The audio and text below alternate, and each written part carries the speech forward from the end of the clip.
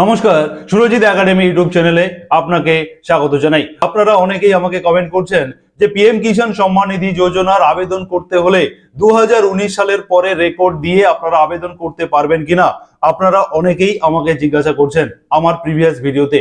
এই ভিডিওর মাধ্যমে আপনাদেরকে পিএম কিষাণ সম্মান নিধি যোজনার যে নতুন গাইডলাইন এসছে, সেই গাইডলাইনে কি বলা হয়েছে, নতুন নিয়মে কি বলা হয়েছে, সেই বিষয়ে গুরুত্বপূর্ণ আপডেট দিতে চলেছি এই ভিডিওর মাধ্যমে। এই ভিডিওতে আপনারা যারা পিএম কিষাণ সম্মান নিধি যোজনার যারা টাকা পাচ্ছেন এবং যারা পিএম কিষাণ সম্মান নিধি যোজনার আবেদন করতে চাইছেন, আপনাদের প্রত্যেকের জন্য এই ভিডিওটি অত্যন্ত গুরুত্বপূর্ণ হতে চলেছে। এই ভিডিওতে পিএম কিষাণ সম্মান নিধি যোজনার আবেদন করার জন্য কি কি যোগ্যতার প্রয়োজন, কারা যোগ্য, কারা আবেদন করতে পারবেন এবং কারা অযোগ্য, সেই বিষয়ে সঠিক ইনফরমেশন দেব এই ভিডিওর মাধ্যমে। তবে তার আগে যারা সুরজিৎ একাডেমি ইউটিউব চ্যানেলে এখনো সাবস্ক্রাইব করেনি, আপনারা প্রথম সাবস্ক্রাইব করুন, পাশে থাকা নোটিফিকেশন বেল বাটন অন করুন এবং পিএম কিষাণ সম্মান নিধি যোজনার এই গুরুত্বপূর্ণ আপডেট আপনার বন্ধু বান্ধবদের শেয়ার করে সবাইকে জানাতে সাহায্য করবেন। প্রথমত সবথেকে গুরুত্বপূর্ণ যে বিষয়টা নিয়ে কথা বলবো, যেটা আমার হাজার হাজার ভিউয়ার সাবস্ক্রাইবাররা জিজ্ঞাসা করছেন যে 19 সালের পরের রেকর্ড দিয়ে আপনারা পিএম কিষাণ সম্মান নিধি যোজনার আবেদন করতে পারবেন কিনা। এটা সব থেকে গুরুত্বপূর্ণ পয়েন্ট। এক্ষেত্রে আপনাদেরকে স্ক্রিনে সেই যে গাইডলাইন রয়েছে পিএম কিষাণ সম্মান নিধি যোজনার যে গাইডলাইন, সেই গাইডলাইনে কি বলা হয়েছে এই রেকর্ড সংক্রান্ত তার একটি স্ক্রিনশট আমি স্ক্রিনে দিয়ে দিচ্ছি। এখানে বলা রয়েছে যে 1 ফেব্রুয়ারি 2019 সালের আগের রেকর্ড দিয়ে আপনাদেরকে আবেদন করতে হবে।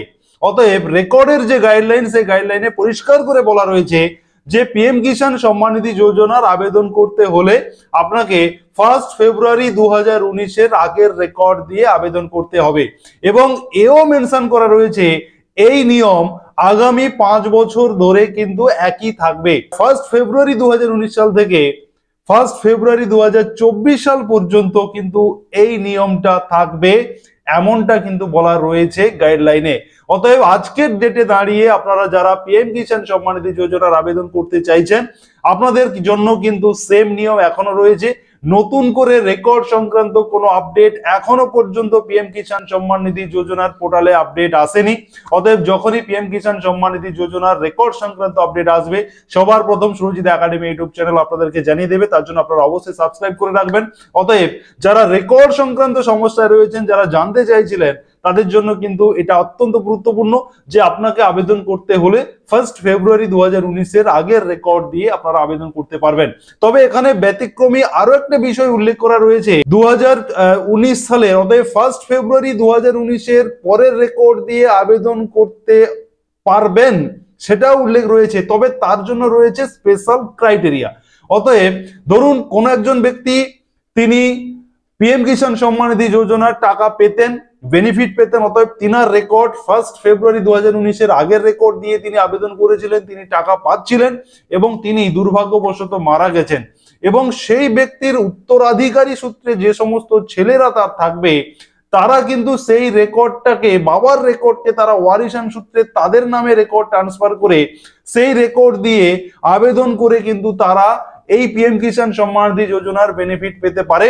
তবে সেটা 2019 এর পরে হলেও হবে। তবে এখানে পরিষ্কার করে এটা বলা হয়েছে, যদি কোনো রেকর্ড পিএম কিষাণ সম্মান নিধি যোজনার যারা বেনিফিট পেতেন এরকম কোনো ব্যক্তি যদি মারা যান এবং তার সন্তানরা উত্তরাধিকারী সূত্রে রেকর্ড করে তারা যদি আবেদন করে এবং সঠিক প্রমাণ সহ যদি আবেদন করে, তাহলে কিন্তু তারা এই বেনিফিট পেতে পারেন, এমনটাও কিন্তু উল্লেখ রয়েছে। এবং তার সঙ্গে সঙ্গে বলে রাখি, যারা নতুন আবেদন করতে চাইছেন আপনাদেরকে অবশ্যই 18 বছর মিনিমাম যে এজ, সেই এজ রয়েছে। পিএম কিষাণ সম্মান নিধির গাইডলাইনে কিন্তু সেটা পরিষ্কার করে বলা রয়েছে যে কৃষককে অবশ্যই 18 বছর প্লাস হতে হবে, তবেই সেই কৃষক আবেদন করতে পারবেন। এবং সেই কৃষকের অবশ্যই যে জমিটা থাকবে, সেই জমির ক্লাসিফিকেশন অবশ্যই যেন শালি জমি বা চাষযোগ্য জমি বা কৃষি জমি হয়ে থাকে। অন্য কোনো জমির শ্রেণী যদি থাকে, কারো পুকুর, ডোবা, ডাঙ্গা, বাস্তু এই ধরনের যদি শ্রেণী হয়ে থাকে জমির, সেক্ষেত্রে কিন্তু আপনি আবেদন করতে পারবেন না। আর যদিও বা আবেদন করেন, সেক্ষেত্রে কিন্তু আপনার আবেদনটি বাতিল করে দেওয়া হবে। পিএম কিষাণ সম্মান নিধি যোজনার গাইডলাইনে আরো বলা রয়েছে যে কোনো কৃষক সরকারি, অতএব আপনার চাষযোগ্য জমি রয়েছে, কিন্তু আপনি কোনো সরকারি কাজে যুক্ত বা সরকারি কর্মচারী, সেটা রাজ্য কিংবা কেন্দ্র সরকারের হতে পারে, সরকারি কর্মচারী হলে কিন্তু আপনি পিএম কিষাণ সম্মান নিধি যোজনায় আবেদন করতে পারবেন না। এবং শুধুমাত্র এটা বলা রয়েছে যারা চতুর্থ শ্রেণীর কর্মী বা গ্রুপ ডির কর্মী যারা রয়েছে তারাই কিন্তু সরকারি চাকরি করলেও তারা আবেদন করতে পারবেন, এমনটা কিন্তু বলা রয়েছে।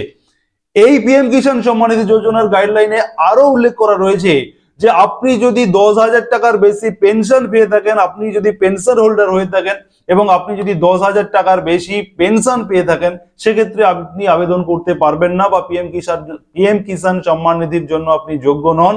কিন্তু যদি আপনি গ্রুপ ডির কর্মী বা চতুর্থ শ্রেণীর কর্মী হয়ে যদি আপনি আবেদন করেন এবং আপনার পেনশন 10,000 টাকার বেশিও যদি হয়ে থাকে, সেক্ষেত্রে কিন্তু আপনি পিএম কিষাণ সম্মান নিধির যোজনার জন্য যোগ্য। অতএব যারা গ্রুপ ডি বা চতুর্থ শ্রেণীর কর্মী যারা রয়েছে তাদের জন্য কিন্তু পিএম কিষাণ সম্মান নিধির স্পেশাল কিছু গাইডলাইন রয়েছে। এবং এই পিএম কিষাণ সম্মান নিধি যোজনার আরো যে গুরুত্বপূর্ণ বিষয় বলা রয়েছে যে একটা পরিবারের কেবলমাত্র একজন ব্যক্তি, একজন কৃষক এই পিএম কিষাণ সম্মান নিধি যোজনার সুবিধা নিতে পারবেন।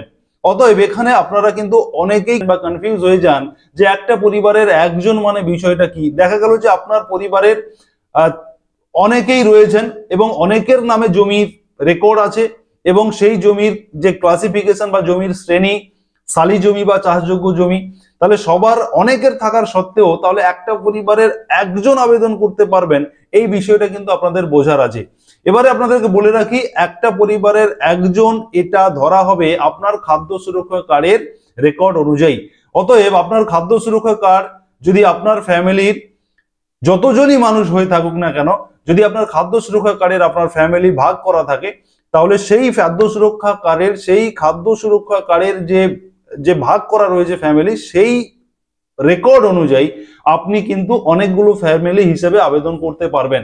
অতএব খাদ্য সুরক্ষা কার্ডে যদি আপনার ফ্যামিলির প্রত্যেকেই একটা ফ্যামিলির মধ্যে থাকেন খাদ্য সুরক্ষা কার্ডের রেকর্ড অনুযায়ী, তাহলে আপনাকে কিন্তু একটা ফ্যামিলি ধরা হবে। এবং খাদ্য সুরক্ষা কার্ডের রেকর্ড অনুযায়ী যদি আপনার অনেকগুলো ফ্যামিলি থাকে, সেক্ষেত্রে কিন্তু আপনাকে অনেকগুলো ফ্যামিলি ধরা হবে।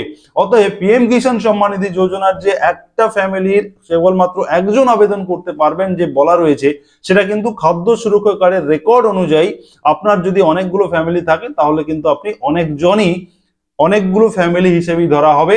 আর যদি খাদ্য সুরক্ষা কার্ডে একটা ফ্যামিলি থাকে তাহলে কিন্তু সেক্ষেত্রে একটা ফ্যামিলি ধরা হবে। অতএব এই বিষয়টা আপনারা অনেকে জিজ্ঞাসা করেন যে একটা ফ্যামিলি মানে বিষয়টা কি। অতএব পিএম কিষাণ সম্মান নিধি যোজনার যারা আবেদন করতে চাইছেন, আপনাদের 2025-এর যে নতুন গাইডলাইন, সেই গাইডলাইন মেনে আপনাদেরকে আবেদন করতে হবে। যদি আপনারা গাইডলাইন না মেনে আবেদন করেন এবং সেই আবেদন করেও যদি আপনি কোনোভাবে টাকা পেয়েও যান এবং পরে যদি সেটা ধরা পড়ে যান, সেক্ষেত্রে কিন্তু আপনাকে সম্পূর্ণ টাকা ফেরত দিতে হবে, এমনটা কিন্তু বলা রয়েছে। এবং এর সঙ্গে সঙ্গে আপনাদেরকে আরো একটা বলে রাখি যে যারা ইনকাম ট্যাক্স দেন আপনারাও কিন্তু আবেদন করতে পারবেন না পিএম কিষাণ সম্মান নিধি যোজনার। অতএব যারা পিএম কিষাণ সম্মান নিধি যোজনার যারা টাকা পাচ্ছেন এবং যারা আবেদন করবেন ভাবছেন, আপনারা কিন্তু পিএম কিষাণ সম্মান নিধির সম্পূর্ণ গাইডলাইন জেনে তারপরে আপনারা আবেদন করবেন। অতএব যারা এতক্ষণ সূর্যজিৎ একাডেমি ইউটিউব চ্যানেলে ভিডিও দেখছিলেন, আপনাদেরকে অসংখ্য ধন্যবাদ জানাবো এবং অবশ্যই সাবস্ক্রাইব করে পাশে থাকা নোটিফিকেশন বেল বাটন অন করে রাখবেন। ধন্যবাদ।